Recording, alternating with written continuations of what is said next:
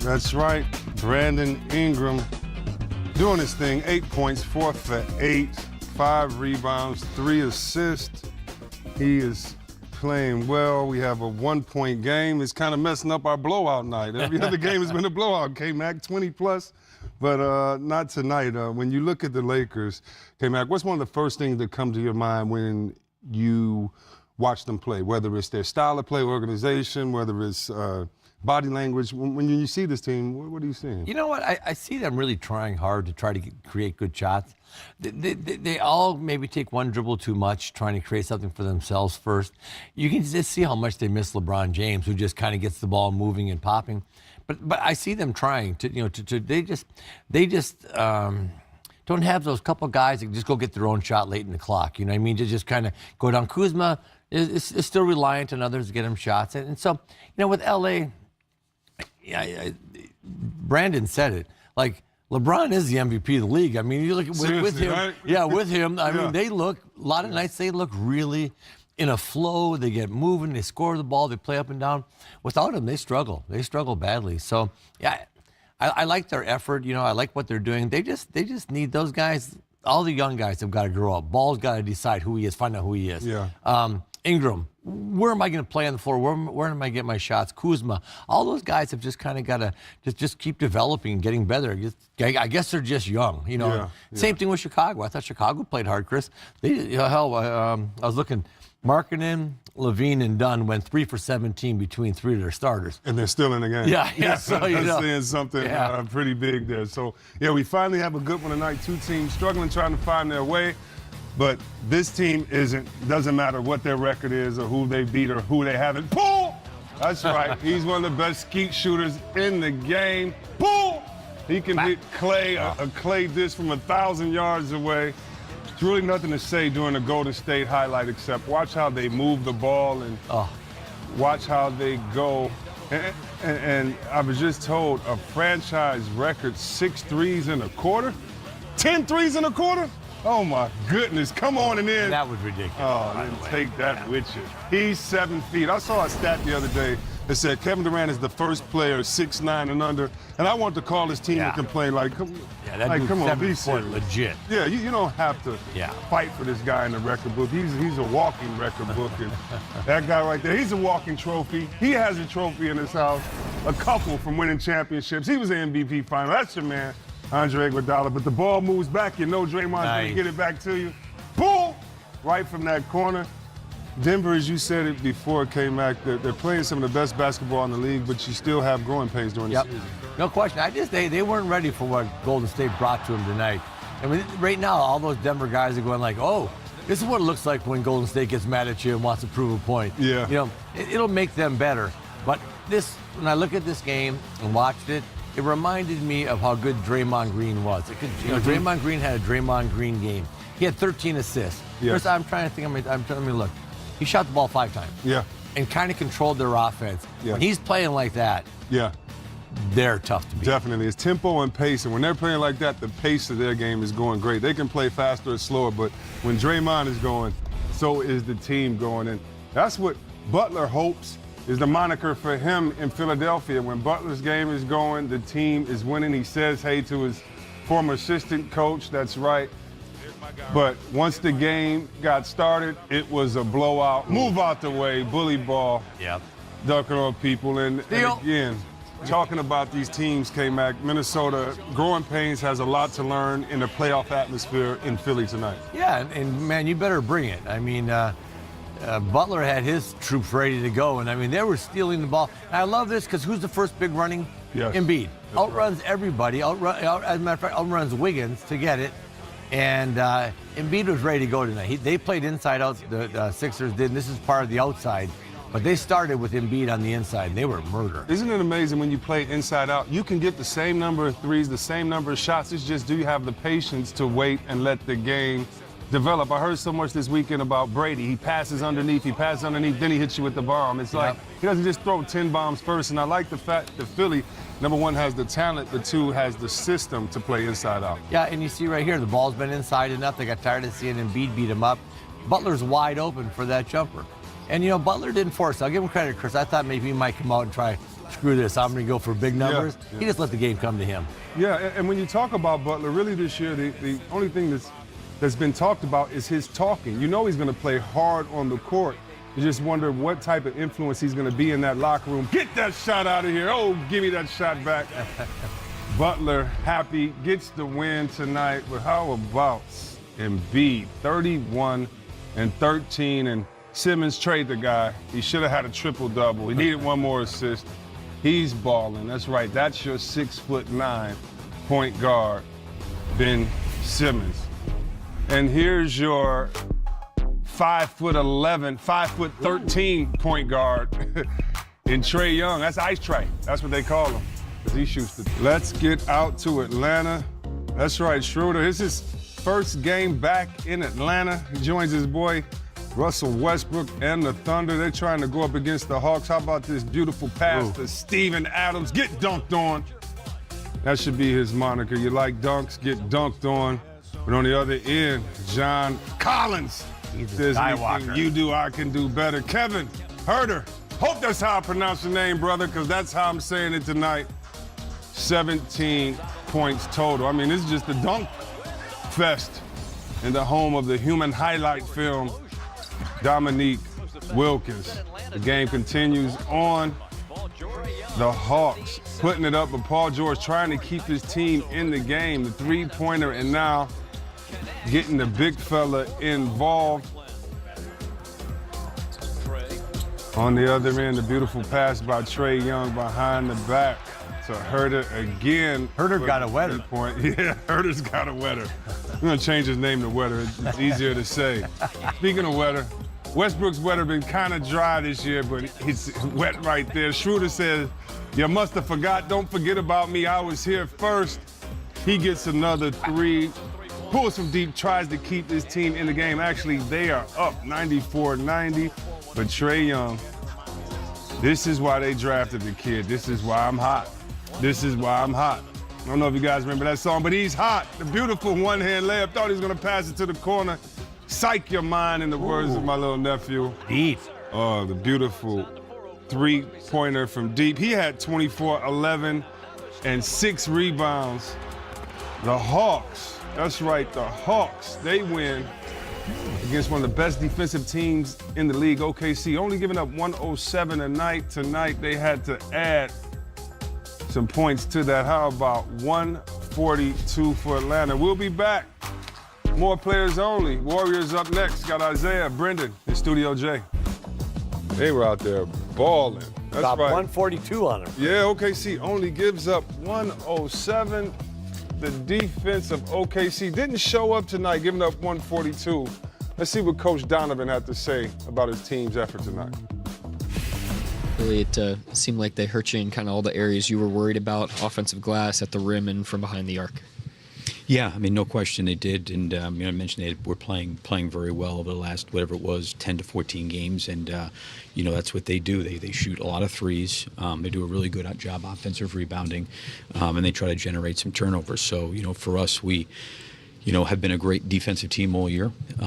This certainly wasn't one of our better performances. We're better than that. I'm not trying to take away anything from Atlanta. They played a great game, but I certainly think we could have done a better job all the way through, all the way around. What was the problem with the pick and roll defense, particularly in the first and second quarter? It seemed like y'all got that a little fix in that third quarter, to where that guy was sliding over, whether it was Russell or Jeremy, getting a deflection there on the backside. Yeah, I think that we probably, a couple things. One is we let the ball get downhill a little bit too long, kind of held our coverage there. And then when that big was kind of caught in no man's land, we probably got hurt back over the top. I thought in that third quarter we did a good job of generating some turnovers and some steals by pulling across. I didn't think we loaded up and helped enough. Inside the lane in that second quarter, in particular, where they went on that run, we needed to do a better job in some of their action. And I thought in the third we adjusted pretty well on it. This isn't the first time we've seen that issue with the pick and roll defense. I mean, Phoenix, I think Utah, Dallas. What has been has there been an overreaching theme in what's breaking down, or is it breaking down at different spots in each game? No, it's different. It's different. it's totally. First of all, it's totally different actions. You know what I mean? It's not like the same play, so it's totally different actions. But it's different things. You know, whether it's getting the ball stopped at the point of the screen, or whether it's our help pulling across and giving help where it needs to be. Whether it's the guys in the coverage with high hands.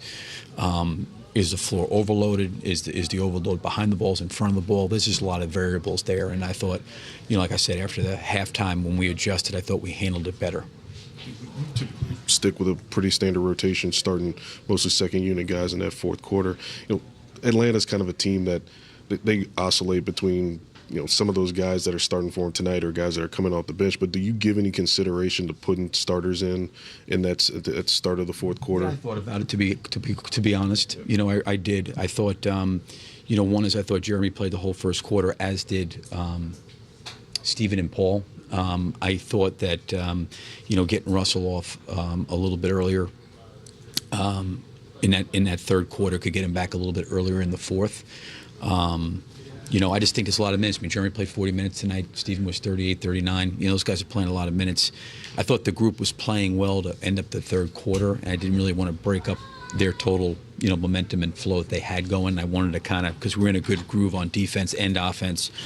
But no question, I thought, the second unit, we could have done a better job there and start that fourth quarter. But at the same point, too, when we started getting everybody back in, it was a 6-point game.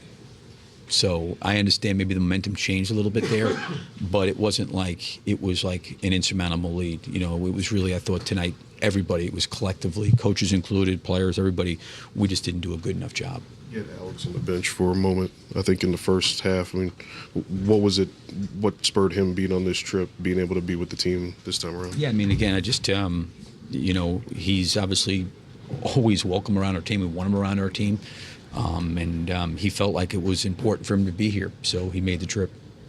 What was, when you say he felt like it was important, what was different from the other times to where he could be on this trip in particular? The reason I say it's important, I know you've asked several times about, is he around the team, or maybe it was new other people, is he around the team?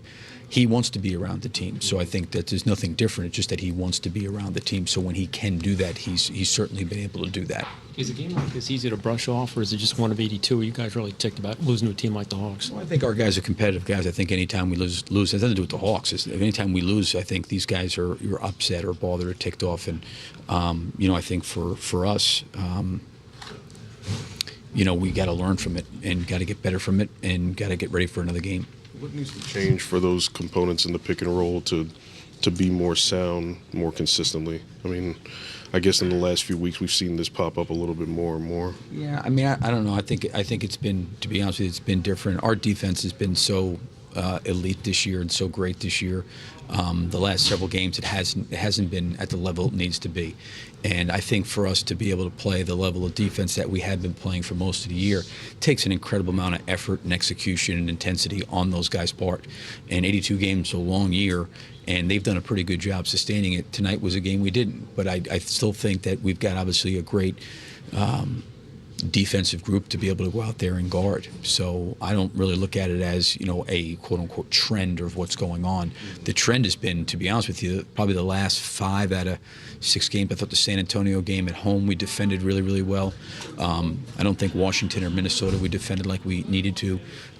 There's a lot of points scored in the San Antonio game on the road. This was a lot of points scored. So we've had a bunch of games here that we've got to get back to playing to the level of defense, not just one guy or 2 guys, but our group, all guys that are out there playing. Would you say it's more miscommunication, or how much do you think effort plays into that too? Well, I mean, I don't know. Things are happening so quickly out there for those guys. I mean, I think, for me, I always feel like our guys give effort and our guys work hard, but there is a high level of execution that needs to be taking place with the way we're trying to play defense and the things that we're doing.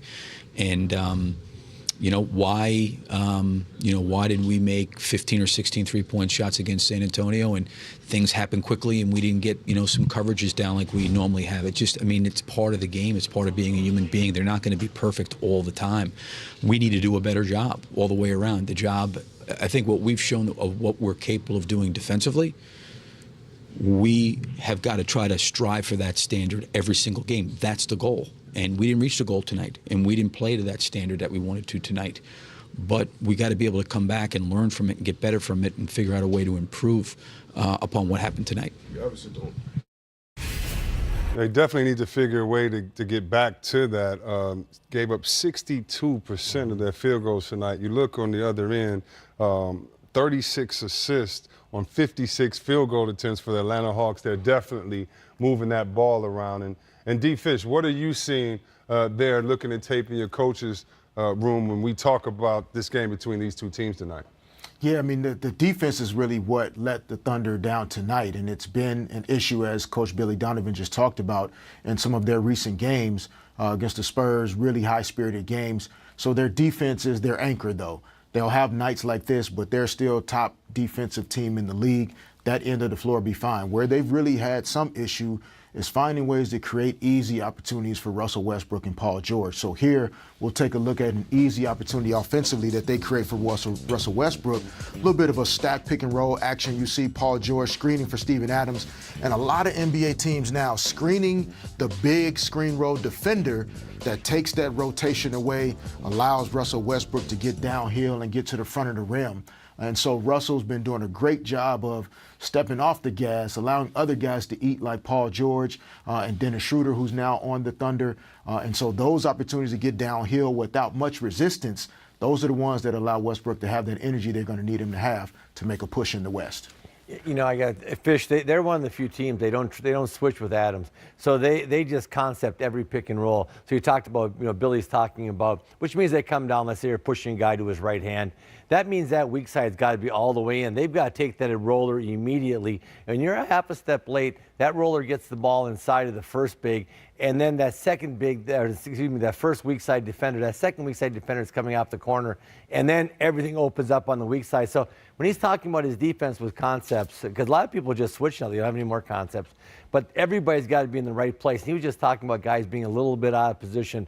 What a difference it makes when you're out of position, when you're playing concept five-man defensive basketball. Yeah, it's a hard defense to still play. A lot of teams don't do it. They switch a lot to keep bodies in front. The Thunder with Adams in the middle, they try to keep him home, body to body with a big, which puts a lot of pressure, like you said, Kevin, on the weak side defenders to be in first, so they only have one direction to go, and that's back out.